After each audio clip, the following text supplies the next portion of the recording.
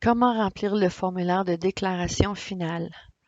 Ce vidéo passera en revue le formulaire de rapport final et le formulaire de versement pour le programme PCPN FOPC 4e année et les documents qui doivent être soumis à HFC au plus tard le 2 février 2023.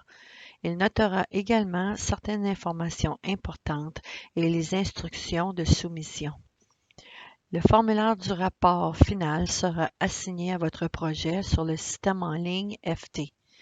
Les lauréats doivent répondre aux questions aussi précisément que possible et télécharger les documents corrects au cas échéant.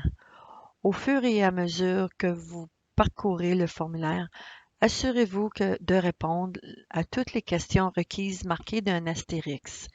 L'astérix indique les questions qui sont obligatoires. Si un document que vous souhaitez télécharger est trop volumineux et dépasse la taille maximale de mégabytes, veuillez réduire la taille du fichier au mieux de vos capacités et réessayer le téléchargement. Les lauréats doivent remplir et soumettre le formulaire de rapport final et les formulaires de versement via système en ligne du FT au plus tard le 2 février 2023 à 8 heures, heure de l'Est. Introduction. Ceci est la section d'introduction. Cette section demande des informations générales sur le projet.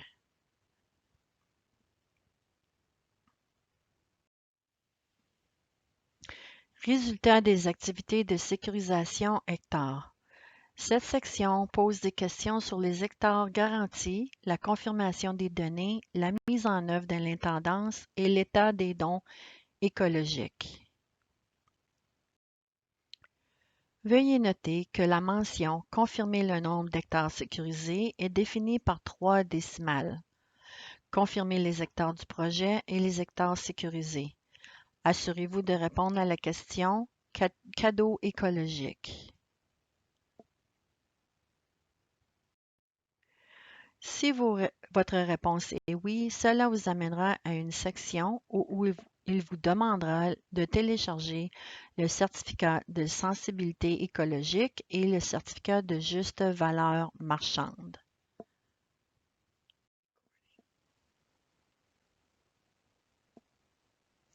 Renseignements sur les espèces en péril. Cette section pose des questions sur les espèces protégées par votre projet. Vous trouverez des liens pour des informations supplémentaires sur les listes COSPAC et LEP pour votre référence et votre commodité. On vous demande de déclarer uniquement les nombres d'espèces en péril qui ont été observées sur le ou les terrains du projet. Veuillez remplir le modèle de tableau des espèces en péril et le télécharger. Si aucune espèce en péril n'a été observée sur la terre ou les terres du projet, veuillez télécharger un modèle vide. Veuillez identifier toutes les espèces qui ont été observées sur le terrain ou les terres du projet, le cas échéant. Si aucune espèce énumérée n'a été observée sur la terre ou les terres du projet, veuillez cocher la case « Sans objet ».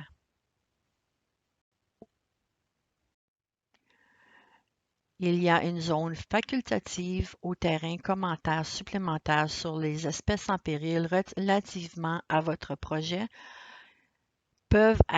qui peuvent être inclus. La dernière question de cette section porte sur le nombre d'hectares d'habitat d'espèces en péril qui sont protégés par votre projet. Cette question s'adresse aux projets qui ont des partiels de terrain qui ne sont pas directement connectés.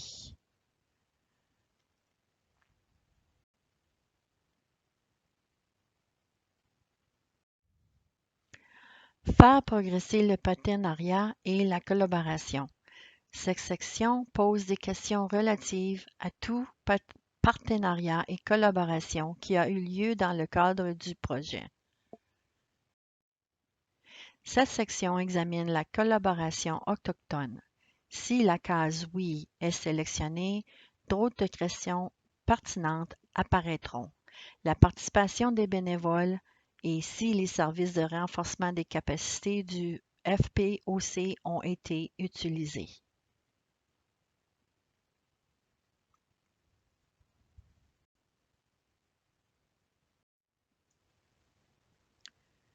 Communication.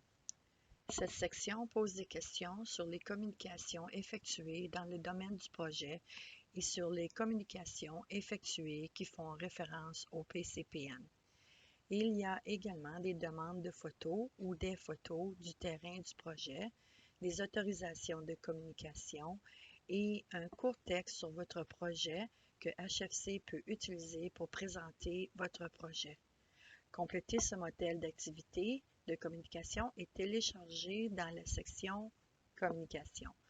Des informations de clarification sur les types de communication sont répertoriées directement dans le formulaire pour votre référence et votre convenience. Exigences aux petites subventions. Cette section s'adresse uniquement aux bénéficiaires de petits projets subventionnés. Cette section vous demandera de quel type de projet il s'agissait, soit de type plein titre ou d'entente de conservation ou combinaison. En fonction de votre réponse, les questions pertinentes apparaîtront dans votre formulaire. Cette section est l'endroit où l'information financière du projet doit également être fournie. Le modèle de rapport financier du projet doit être utilisé. Il s'agit d'un modèle automatisé conçu pour améliorer et simplifier les calculs financiers détaillés et remplira automatiquement le rapport budgétaire final du projet. Ce modèle a été introduit pour s'assurer qu'aucune taxe remboursable n'est incluse dans les montants passés en charge au programme FPOC. Pour plus d'informations sur l'utilisation de ce modèle, regardez la vidéo Modèle de rapport financier de projet de petite subvention FPOC. Comment faire? Tous les reçus requis, tous les reçus qui totalisent 1000 $ ou plus ou ceux indiqués comme requis pour la soumission par le modèle automatisé doivent être numérotés, organisés et joints au modèle de rapport financier du projet et téléchargés à une seule filière. Vous devrez télécharger une déclaration, attestation confirmant les éléments énumérés ci-dessous, signée et datée. Vous devrez télécharger votre facture pour le deuxième versement. Voici quelques rappels utiles. Les factures doivent être signées et datées, adressées à CNC, doivent indiquer le nom du projet tel que reconnu par le programme FPOC. La facture doit correspondre aux 20% restant du total des fonds alloués. Le montant de la facture doit correspondre au montant final du versement trouvé dans votre lettre d'attribution. Exigences relatives de subventions importantes.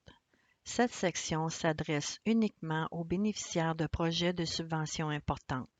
Cette section vous demandera de quel type de projet il s'agissait, soit de plein titre, entente de conservation ou combinaison. En fonction de votre réponse, les questions pertinentes apparaîtront dans votre formulaire. Une attestation de fonds de contribution en nature et une preuve devront être téléchargés si les fonds de contribution en nature ont été réclamés et ne sont pas des terres données. Vous devez remplir le rapport financier et le télécharger. C'est également à cet endroit que l'audit financier du projet doit être téléchargé. Deux sections de téléchargement sont disponibles au cas où le document serait trop volumineux et aurait besoin d'être divisé. Remarque. Parfois, au début d'une vérification, il y a une application des plages de dates qui ont été vérifiées par l'auditeur en termes de dépenses engagées. Si tel est le cas de votre vérification, veuillez vous assurer que le nom correct du programme est utilisé, PCPN FPOC, et non le OQO, et que les dates d'éligibilité correct pour l'année du programme en cours et le calendrier de jumelage sont également utilisés. Dans le cadre du suivi, l'audit financier du projet, il vous sera également demandé de télécharger la facture de l'audit. Cette facture doit être faite au nom de HFC, car HFC le paiera directement après approbation. Vous devrez également télécharger votre facture pour le deuxième versement. Voici quelques rappels utiles. La facture doit être signée et datée, adressée à CNC, devrait indiquer le nom du projet, tel que reconnu dans le programme FPOC. Cette facture doit être pour la balance du total des fonds attribués. Le montant de la facture doit correspondre au montant final du versement comme indiqué dans votre lettre d'attribution. À la fin du formulaire, il y a un endroit pour fournir toute mise à jour de l'information bancaire pertinente afin de s'assurer que le paiement final est libéré de manière appropriée.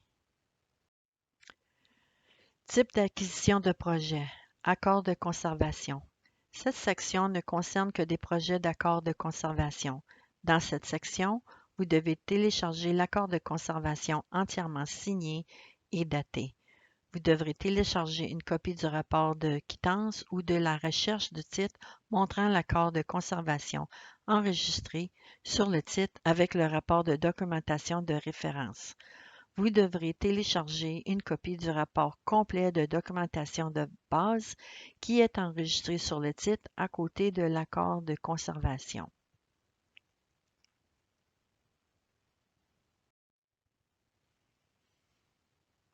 Il y a aussi des questions confirmant le nombre total d'hectares protégés par l'accord de conservation.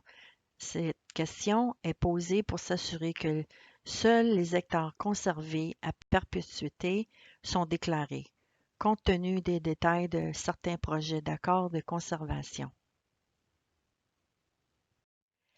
La dernière question de cette section concerne tout état d'ajustement. Celui-ci doit être fourni s'il en existe un par rapport au projet.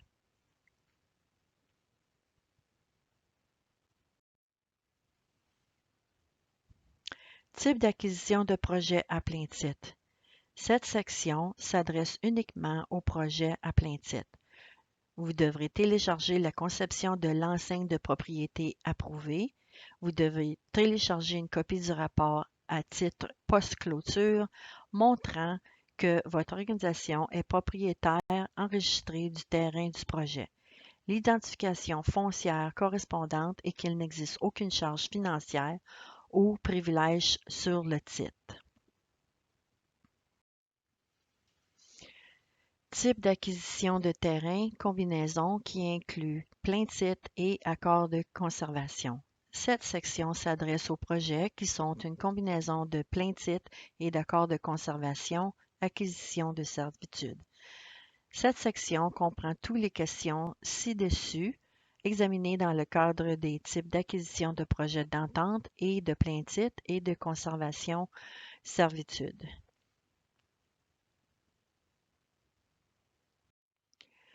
Le rapport de documentation de base doit être téléchargé.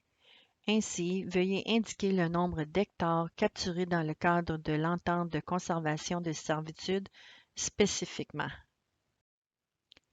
Commentaires sur le programme. Il s'agit de la dernière section du formulaire de rapport final. Dans cette section, vous devrez cocher une case attestant l'exactitude des informations fournies dans le formulaire et compléter l'approbation finale. Enfin, on vous demandera de remplir un sondage volontaire sur votre expérience avec le programme FPOC. Enfin, nous vous demandons de vous efforcer de consulter les lignes directrices du programme, les ressources du programme en ligne disponibles et les renseignements de ce vidéo pour répondre à toutes vos questions. Nous vous demandons également de suivre les instructions fournies dans ce vidéo au meilleur de vos capacités. Toutefois, si vous avez des questions auxquelles il n'est pas possible de répondre, en référençant les ressources disponibles.